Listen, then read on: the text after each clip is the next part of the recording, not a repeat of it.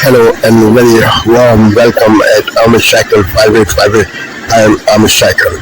Foreign news have been reported by American, European, Asian, African, Australian news channels and the news agencies. So please, let's go to the headlines. On Disney Plus, most watched, most trusted. Now on Disney Plus every night. Tonight, here the breaking news. There's been a deadly attack. The images coming in right now. The chaotic scene at a popular tourist destination. A gunman opening fire at the site of the famed pyramids just outside Mexico City. Crowds of people running for their lives. American tourists among the witnesses. And we'll hear from them.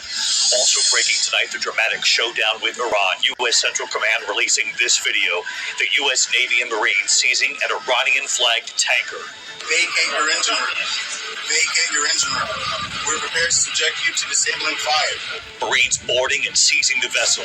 Iran now threatening retaliation as Vice President J.D. Vance prepares to leave for a second round of talks. Tonight, what Iran is now saying about any new talks. Just in tonight here in the U.S., the cockpit warning systems going off in two separate passenger planes. Warning of a near collision. Authorities shooting. A former National Guardsman accused of shooting and killing 8 children between 3 and 11. 7 of them were his own. Family members jumping from the roof to escape. There's news tonight about the pilot of a plane killed crashing into a neighborhood. The authorities are dead last minute. Tonight, the shakeup at Apple. CEO Cook stepping down. His replacement now named. Tonight, a well-known singer pleading not guilty to murder. Found this call and what they believe the motive. Still, here with facts of life star Mindy Cohn has revealed tonight her very personal battle. Tonight we all love a beautiful sunset, but have you ever seen the Earth set? The Artemis 2 astronaut sharing this video tonight from his own iPhone. Also, we remember a well-known daytime actor tonight. He also starred on Melrose Place. And America Strong tonight, the major leaguer and the little brother and sister who turned out to be stars too. From ABC News World Headquarters in New York, this is World News Tonight with David Muir. Good evening. We begin tonight here with that breaking news we have learned of a Hello and welcome to the special anniversary edition. We are celebrating a decade of news, commitment, and African voices with African News, the Pan-African channel which for the past 10 years has been telling Africa's story to the world and giving a voice to a continent in the midst of profound transformation. Follow live on Euronews the launch of Africa News, the new Pan-African news channel. A new voice rises in Africa. Join us on Wednesday, 20th of April, 1800 CET, live on Euronews and Euronews.com.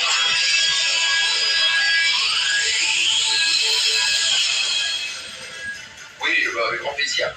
Mais déjà, par rapport à votre première question... Yes, using the very latest bulletin.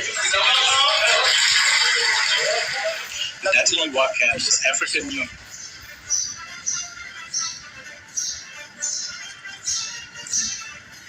Deputy Editor-in-Chief and one of the channel's pioneers. Hello, Natalie. As we've just seen, you were there when the channel was launched alongside Michael Peters. What a journey it's been. Quel chemin parcouru? Ah oui, quel chemin parcouru, 10 ans moins jeune, 10 années plus tard. Je pense que Africa News a progressivement réussi à trouver sa place dans le paysage médiatique africain. On a l'avantage d'avoir ces informations en anglais et en français. On a l'avantage que ce soit fait de façon continue, donc ça c'est des points très positifs à mon sens. Il y a quelques années, on se félicitait déjà d'avoir un réseau de correspondants dense pour pouvoir couvrir tant qu'on peut se faire le continent pertinents, mais aujourd'hui, ils sont vraiment capitaux pour nous dans la mesure où les médias traditionnels aujourd'hui souffrent assez de la propagation des fake news, donc ils sont là pour s'assurer de la véracité des informations qu'on dirige à l'attention de nos téléspectateurs ou même de nos lecteurs. Alors, on peut également penser que après avoir coché certaines cases positives, il y a également des cases négatives, comme le fait par exemple que Africa News, on la lance depuis l'Afrique, notamment la République du Congo, Pointe-Noire pour être précis, et pour des contraintes économiques, la chaîne a dû être relocalisée en France, ici à Lyon, donc on a dû se séparer avec...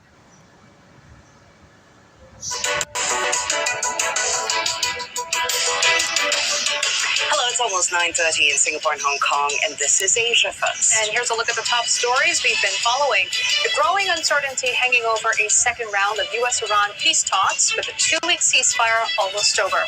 President Donald Trump saying it's highly unlikely he will extend the truce further if an agreement is not reached. As Iran's parliamentary speaker says, Tehran will not accept negotiations with Washington under threats.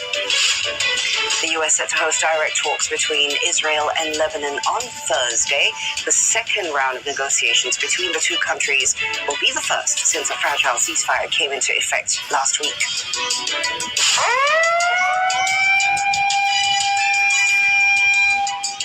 Japan on alert for a mega quake after being struck with a magnitude 7.7 tremor in its northeastern coast yesterday. The Cabinet Office and the Japan Met Agency signed a 1% chance of a quake of magnitude 8 or stronger compared to a 0.1% probability prior to yesterday's tremor.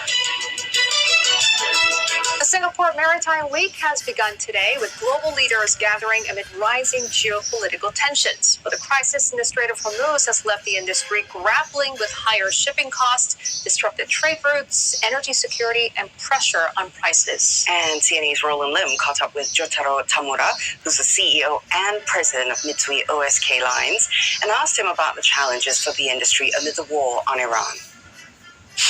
For short term, the biggest concern for shipping lines perspective is the price of the bunker and possibly the availability of itself. So as a natural consequence.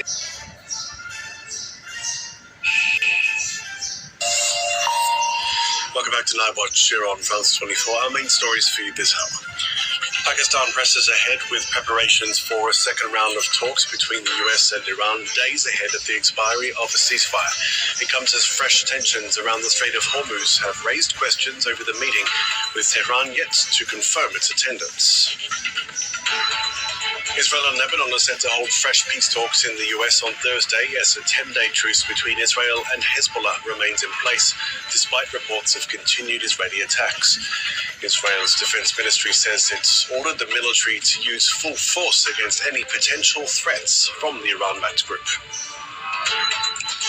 And British Prime Minister Keir Starmer says officials in the Foreign Office deliberately withheld information showing Peter Mandelson failed a security vetting process when he was appointed as US ambassador. Starmer acknowledged that he was wrong to appoint Mandelson, who had close ties to the sex offender Jeffrey Epstein. Once again, he refused to resign.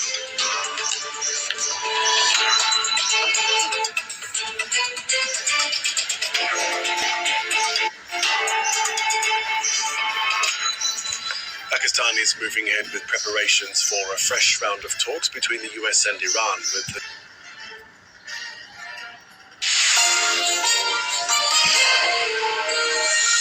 Canada's inflation rate jumps again this Monday night. How the Iran war is driving up the cost of living. It's driving us crazy, you know? Doubts over the next steps in the Iran war as the ceasefire deadline looms. Plus, why Ontario's premier is reversing course over the purchase of a private jet. I'm under scrutiny more than the Prime Minister, more than any premier in the entire country. And running to the future, the robot racers in China leaving human records in the dust.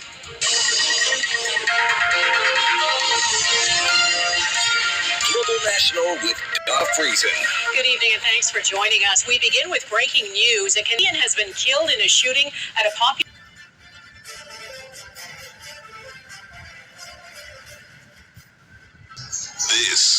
is Asia Now. Good morning. It's 11 a.m. in Singapore and Hong Kong, 8:30 in New Delhi and 10 o'clock in Jakarta. I'm Ilakia Silveraji at this hour.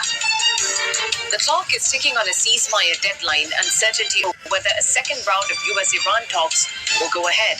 Iran has yet to confirm, as both sides trade warnings if fighting resumes. Global shipping leaders are meeting here in Singapore against a backdrop of ongoing tensions in the Strait of Hormuz.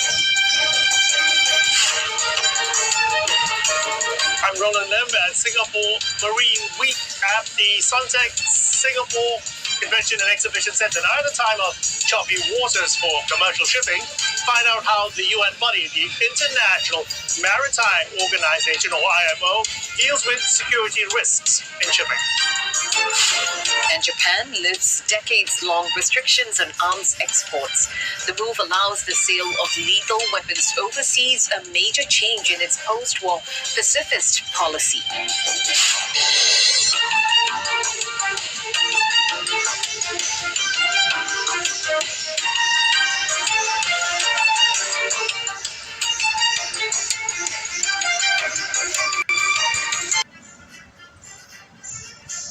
ABC Business Daily. Available now on the ABC Listen app.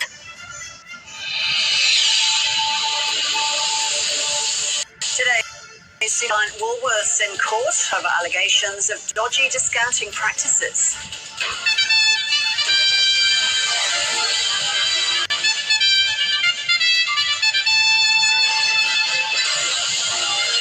US President warns he's unlikely to extend the ceasefire with Iran ahead of planned peace talks in Pakistan.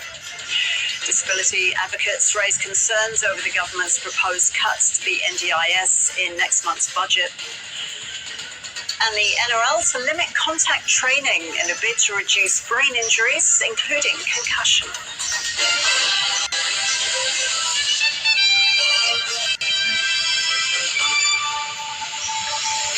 Hello and welcome to ABC News. I'm Rose Childs. Supermarket giant Woolworths is before the federal court on day one of a major legal case. It's being used by the consumer dog, which accuses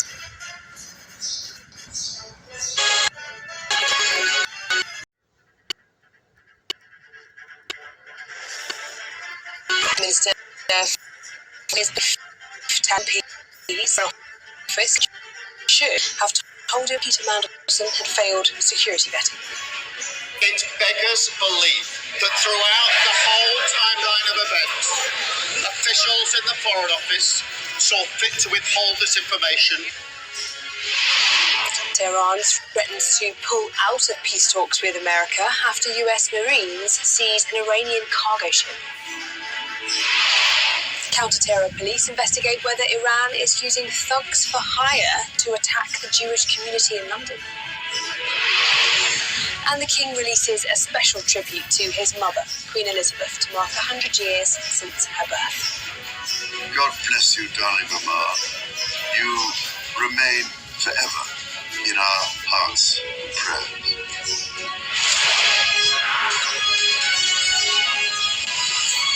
Good morning. Well, the Prime Minister has faced MP. This is DW News and these are our top stories. Preparations are underway for negotiations between Iran and the Pakistani capital Islamabad. The US and Iran have warned each other they're ready if necessary to resume fighting. Tehran is vowing to retaliate after US forces seized an Iranian cargo ship in the Strait of Hormuz. The 2-week ceasefire is due to expire on Wednesday. Israel and Lebanon say they will join a second round of peace talks in Washington, D.C. on Thursday. A ceasefire between Israel and Lebanon's Iranian-backed Hezbollah militia came into force last week, but violence has continued. Israel confirmed that it had attacked targets in southern Lebanon on Monday. Lebanese officials say more than 2,300 people have been killed since fighting erupted 6 weeks ago. Tim Cook is stepping down as Apple CEO. The 65-year-old is due to hand the reins to John Turners, currently vice president of Apple's hardware and capabilities, in September. Cook expanded Apple's product line and drove up the company's stock value. But some investors fear Apple is falling behind other tech giants in the AI race.